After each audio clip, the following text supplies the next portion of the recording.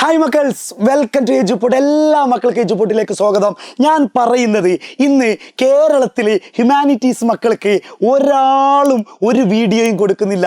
എജുപോട്ട് മാത്രമാണ് ഹ്യൂമാനിറ്റീസിൻ്റെ കുട്ടി അല്ലെങ്കിൽ ഹ്യൂമാനിറ്റീസ് കുട്ടികളുടെ ഏകാശ്രയം. ഒരുപാട് കുട്ടികൾ മെസ്സേജ് ചെയ്തിട്ടുണ്ട്, സാറേ എക്സാം നാളെയാണ്, ഇനി എന്താണ് ഞങ്ങൾ ചെയ്യേണ്ടത്, ഞങ്ങൾക്ക് കുറച്ച് ക്വസ്റ്റ്യൻസ് പറഞ്ഞുതരുമെന്ന്. അങ്ങനെയാണെങ്കിൽ നാളത്തെ ക്വസ്റ്റ്യൻ പേപ്പറിൽ കാണാൻ പോകുന്ന 3 മാർക്കിൻ്റെയും 4 മാർക്കിൻ്റെയും 5 or 6 മാർക്കിൻ്റെ ക്വസ്റ്റ്യൻസ് മക്കളെ പിടിച്ചോ. നിങ്ങൾ ഒരിക്കലും പറയരുത് സാറ് ക്വസ്റ്റ്യൻ പേപ്പർ ചോർത്തിന്ന്. മറ്റൊരു കാര്യം കൂടി ഞാൻ പറയട്ടെ, നിങ്ങൾ ഒരിക്കലും മക്കളെ ഇത് ബിറ്റ് വെക്കരുത് കേട്ടോ. ഇതൊരിക്കലും ബിറ്റ് വെച്ച് എജുപോട്ടിൽ നിന്ന് കിട്ടിയതാണ്, എജുപോട്ടിൻ്റെ ലോഗോ വെച്ചിട്ടുള്ള ബിറ്റ് നിങ്ങളുടെ കയ്യിൽ പോവരുത് ഒരിക്കലും. കാരണം ഇത് നാളത്തെ എക്സാം പേപ്പറിൽ ഉണ്ടായിരിക്കും എന്നുള്ളത് നിങ്ങൾക്കും അറിയാം, നമ്മുടെ വീഡിയോ കണ്ടിരിക്കുന്ന ഒരുപാട് കുട്ടികൾക്കറിയാം. തലേ ദിവസം ഇവർ എജുപോട്ട് വീഡിയോ അല്ലെങ്കിൽ എജുപോട്ട് ഇടുന്ന വീഡിയോ, സാർ ഇടുന്ന വീഡിയോ, അങ്ങനെ പ്രഡിക്ഷൻ ഭയങ്കര സംഭവമാണ്. സംഭവം എന്ന് പറയുന്നത് ഞാൻ പറയുന്നില്ല, കുട്ടികൾ പറഞ്ഞതാണ്. സാറേ നിങ്ങൾ പറയുന്ന ക്വസ്റ്റ്യൻസ് എക്സാമിന് വരുന്നുണ്ട് എന്നുള്ളത്. നോക്കാം നമുക്ക് ഏതൊക്കെ ക്വസ്റ്റ്യൻസ് എന്നുള്ളത്. ഒന്ന്, അമരനായക എക്സ്പ്ലെയിൻ ചെയ്യാൻ വേണ്ടി പറഞ്ഞിട്ടുണ്ട്. അമരനായക എക്സ്പ്ലെയിൻ ചെയ്യുക. പിന്നെ അതുപോലെ തന്നെ കൃഷ്ണദേവരായർ, അത് ഞാനിവിടെ എഴുതിയിട്ടില്ല. കൃഷ്ണദേവരായരുടെ കാര്യങ്ങൾ എന്ത് ചെയ്യുക, ഒന്ന് നോക്കിപ്പോണം മക്കളെ. കൃഷ്ണദേവരായരുടെ കാര്യങ്ങൾ നിങ്ങൾ എന്ത് ചെയ്യണം, നോക്കിപ്പോണം. കൃഷ്ണദേവരായരുടെ കാര്യങ്ങൾ.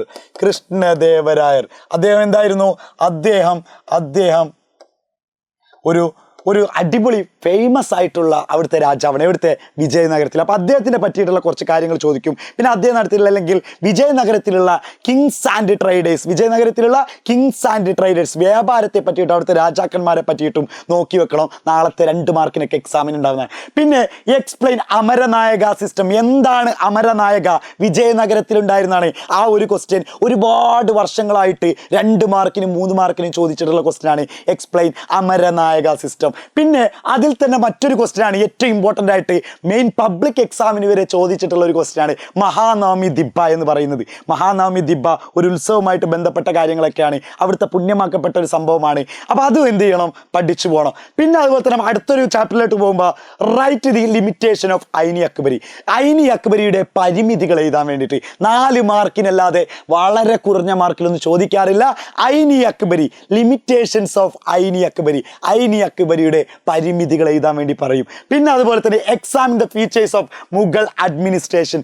മുഗൾ ഭരണത്തിൻ്റെ അല്ലെങ്കിൽ മുഗൾ പ്രവിശ്യയുടെ എന്ത് ചെയ്താൻ വേണ്ടിയിട്ട്, സവിശേഷതകൾ എഴുതാൻ വേണ്ടിയിട്ട് 4 മാർക്കിന് ചോദിക്കും. നാളത്തെ ക്വസ്റ്റ്യൻ പേപ്പർ നോക്കുമ്പോൾ നിറപുഞ്ചിരിയോടുകൂടി നിങ്ങൾ വീണ്ടും പറയും സാർ പറഞ്ഞ ക്വസ്റ്റ്യൻ വന്നിട്ടുണ്ട്. Examine the features of Mughal administration നമ്മൾ പറഞ്ഞു തന്നെയാണ്. പിന്നെ ഹു റോട്ട് ദി അക്ബർ നാമയെ പറ്റിയിട്ട് ഒരു ഷോർട്ട് നോട്ട് തയ്യാറാക്കാൻ വേണ്ടിയിട്ട് അക്ബർ നാമ നന്നായിട്ട് ചോദിക്കും. അക്ബർ നാമ ചോദിക്കുമ്പോൾ നിങ്ങൾ ഇതും കൂടി പഠിച്ചു വെക്കണം മക്കളെ. ബാദ്ഷാ നാമ 2 രീതിയിലും ചോദിക്കും. അക്ബർ നാമയും ചോദിക്കും, ബാദ്ഷാ നാമയും ചോദിക്കും. അക്ബർ നാമയും ചോദിക്കും, ബാദ്ഷാ നാമയും കൃത്യമായിട്ട് ചോദിക്കും. അതുപോലെ തന്നെ why did the zamindar of Bengal default on revenue payment. മക്കളെ, ബംഗാളിലെ ജമീന്ദാർമാർ എന്തുകൊണ്ടാണ് നികുതി അടക്കുന്നതിൽ വീഴ്ച വരുത്തിയത്?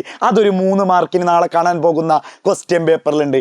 അതുപോലെ തന്നെ നമ്മുടെ റിബൽസ് ആൻഡ് രാജ് എന്നുള്ള ചാപ്റ്ററിലെ നമ്മുടെ 1ാം സ്വാതന്ത്ര്യ സമരത്തിൻ്റെ കാര്യങ്ങളൊക്കെ, അതിൽ ഓരോ നേതാക്കന്മാരും ഏതൊക്കെ സ്ഥലങ്ങളിലാണ് ലീഡ് ചെയ്തത്, ഏതൊക്കെ സ്ഥലങ്ങളിലാണ് ഇവർ നേതൃത്വം വഹിച്ചത്, അത് കൃത്യമായിട്ട് നോക്കി പോകണം. അപ്പോൾ ബീഗം ഹസ്രത്ത് മഹലുണ്ട്, നാനാ സാഹിബ് ഉണ്ട്, അതുപോലെ തന്നെ കൻവാർ സിംഗ് ഉണ്ട്, അതുപോലെ തന്നെ റാണി ലക്ഷ്മി ബായി ഉണ്ട്. ഇവരൊക്കെ ഏത് സ്ഥലങ്ങളിലാണെന്നുള്ളത് പഠിച്ചു പോകണം. നാളെ ഇമ്പോർട്ടൻ്റ് ആയിട്ടുള്ള ക്വസ്റ്റ്യൻ ഞാൻ മലയാളത്തിലും എഴുതിയിട്ടുണ്ട്. ആ കാര്യങ്ങൾ നിങ്ങൾ നോക്കിപ്പോണം. പിന്നെ വരുന്നതാണ് ദ റിവോൾട്ട് ഓഫ് 1857 റിവോൾട്ട്. ഔദിലായിരുന്നു മക്കളെ ഏറ്റവും കൂടുതൽ 1857 റിവോൾട്ട്. തുടങ്ങിയത് മീററ്റിലാണെങ്കിലും സ്റ്റാർട്ട് ചെയ്തത് മീററ്റിലാണെങ്കിൽ, ചിലപ്പോൾ 1 വേർഡ് ചോദിക്കട്ടെ, എവിടെയാണ് സ്റ്റാർട്ട് ചെയ്തത്? മീററ്റിൽ, ഉത്തർപ്രദേശിലെ മീററ്റിലാണ് തുടങ്ങിയത്. മീററ്റിലാണെങ്കിലും ഏറ്റവും കൂടുതൽ ഇത് സ്പ്രെഡായത്, വ്യാപിച്ചത് ഔദിലായിരുന്നു. എന്തുകൊണ്ടാണ് ഔദിൽ ഇത്രമാത്രം സ്പ്രെഡായത്? അതൊരു ക്വസ്റ്റ്യനാണ്. പിന്നെ അതുപോലെ തന്നെ ഇമേജസ്, നമ്മുടെ ചിത്രീകരണം ഉണ്ടല്ലേ, നാഷണലിസ്റ്റ് ഇമേജിനറീസ്, വെസ്റ്റേൺ ഇമേജിനറീസ് എന്നൊക്കെ പറഞ്ഞിട്ടുള്ള കാര്യങ്ങൾ ഓർമ്മയുണ്ടോ? ദേശീയ ചിത്രീകരണം, അതുപോലെ തന്നെ പാശ്ചാത്യ ചിത്രീകരണം എന്നൊക്കെ പറയും. ഇൻമെമ്മോറിയൽ, വീലറിൻ്റെ ഇൻമെമ്മോറിയൽ എന്നൊക്കെ പറഞ്ഞിട്ടുള്ള കാര്യങ്ങൾ അതൊന്ന് നോക്കി വെക്കണം. അത് എക്സാമിന് ചോദിക്കുന്നതാണ്, എപ്പോഴും ചോദിക്കുന്നതാണ്. അതുകൊണ്ട് നാളത്തെ എക്സാം പേപ്പറിൽ അത് കാണും നിങ്ങൾ. പിന്നെ നോക്കേണ്ടതാണ് background of Jallian Walabagh massacre. Jallian Walabagh മസാക്കറിലെ മക്കൾ, ജാലിയൻ വാലാബാഗ് കൂട്ടക്കൊല, അതിൻ്റെ കാര്യങ്ങൾ പഠിക്കുമ്പോൾ ഇതിൽ അടങ്ങി വെക്കേണ്ട ഒരു സംഭവമാണ് റൗലറ്റ് ആക്ട്. ഏതായിരുന്നു? Rowlatt act.